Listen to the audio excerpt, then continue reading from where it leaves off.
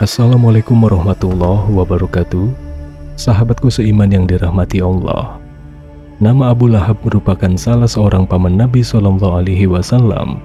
Dia memiliki nama asli Abdul Uzza bin Abdul Muthalib. Kata Lahab berarti yang menyala-nyala.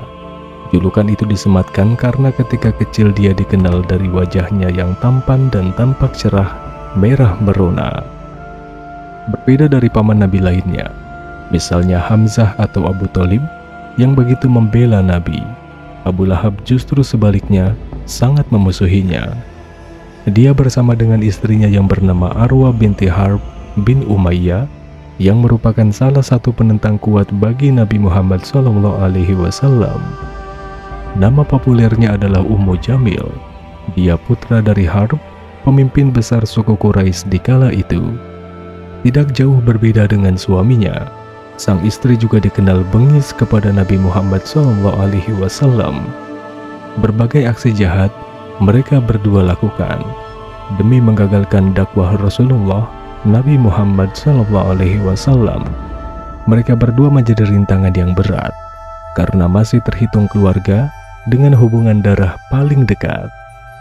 Sahabatku rahimakumullah, ketika itu orang-orang kafir mulai memusuhi Nabi Muhammad, terutama ketika wahyu turun dan Nabi Muhammad berdakwah mengajak orang-orang untuk meninggalkan menyembah berhala. Tapi kemudian dakwahnya mendapat penolakan dari banyak orang, termasuk Abu Lahab dan istrinya. Pasangan ini mendukung perlawanan dan membantu menyakiti Nabi SAW. Tidak hanya itu, Ummu Jamil mendesak putranya Utbah dan Utaibah untuk menceraikan putri Nabi Muhammad SAW. Sebelumnya Utaibah menikahi putri Nabi Muhammad SAW bernama Ummu Kulsum, sedangkan Utbah menikahi Ruqayyah. Selain itu, Ummu Jamil juga sempat mengambil batu dan melemparkannya ke arah Nabi Muhammad dengan niat menyakitinya. Karena begitu jahatnya, jejak kejahatan Abu Lahab dan istrinya sampai diabadikan di dalam Al-Quran, yakni surah Al-Lahab atau api yang bergejolak atau berkobar.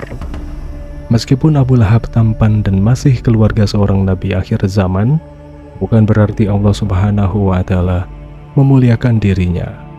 Sebaliknya, Allah melaknat Abu Lahab karena perilakunya yang amat buruk terhadap Nabi. Bahkan namanya sampai diabadikan di dalam Al-Quran melalui surah Al-Lahab yang terdiri atas 5 ayat.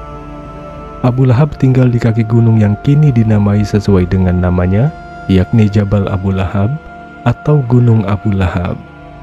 Ketika itu, saat mendengar kabar kekalahan kaum kafir Quraisy dalam perang Badar Al-Kubra, sekitar 7 hari kemudian, Abu Lahab pergi ke Mekah Al-Mukarramah dan meninggal di sana.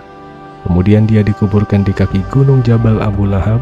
Istrinya yang bernama Arwa binti Harb bin Umayyah atau lebih dikenal sebagai Ummu Jamil juga dimakamkan di kaki gunung ini bersama dengannya. Terlepas dari tragisnya kematian Abu Lahab, ada 3 versi kematian yang marak di kalangan masyarakat. Kali ini kita akan membahasnya dalam sebuah video yang semoga menambah wawasan keislaman sahabat semua. Dan sebagai dukungan untuk channel ini untuk terus berdakwah syiar Islam, silakan subscribe, share, dan komen video ini agar semakin luas nilai keislaman kepada khalayak muslim. Bagi yang sudah, semoga menjadi amalan jariah yang terus mengalir. Amin ya robbal alamin. Versi pertama disebutkan bahwa Abu Lahab meninggal terjangkit penyakit kusta setelah mendengar kemenangan kaum muslimin dalam perang Badar Al-Kubra. Dikatakan bahwa selama 3 hari mayat Abu Lahab tidak dimakamkan sehingga membusuk.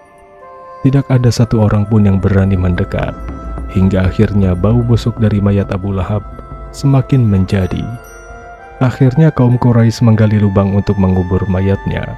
Kemudian mayat Abu Lahab didorong dengan sebilah kayu hingga masuk ke dalam lubang itu.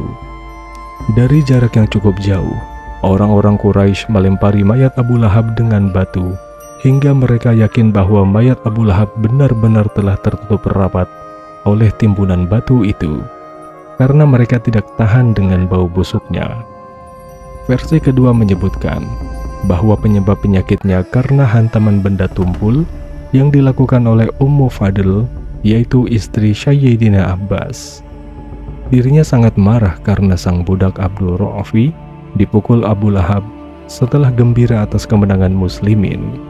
Ummu Fadl lalu mencabut tiang kemahnya kemudian memukul kepala Abu Lahab sambil berkata, "Beraninya kamu memukul Abu Ra'fi saat majikannya tidak ada." Kepala Abu Lahab terluka parah dan bercucuran darah. Lalu ia pergi meninggalkan rumah saudaranya Abbas selang 7 malam. Luka parah itu kian membekas sampai ke otak hingga menyebabkan pembusukan baik di luar maupun di dalam. Sedangkan versi ketiga mengungkapkan kisah kematian Abu Lahab dan istrinya Ummu Jamil yang ada di dalam Al-Quran disebutkan Hammalatal Hatab, bahwa suatu ketika Nabi melintasi jalan di area ini, istri Abu Lahab melempari beliau dengan ranting berduri yang dibawa di lehernya. Lalu ranting-ranting berduri itu terjebak di kerudungnya. Seketika itu tanah bergerak menyeret Ummu Jamil ke depan hingga membuatnya bertabrakan dengan suami yang sedang berjalan di depannya. Keduanya pun langsung tewas seketika. Wallahu a'lam bishawab. Jangan lupa untuk menonton kisah Islam yang bermakna lainnya dari channel ini. Saya akhiri.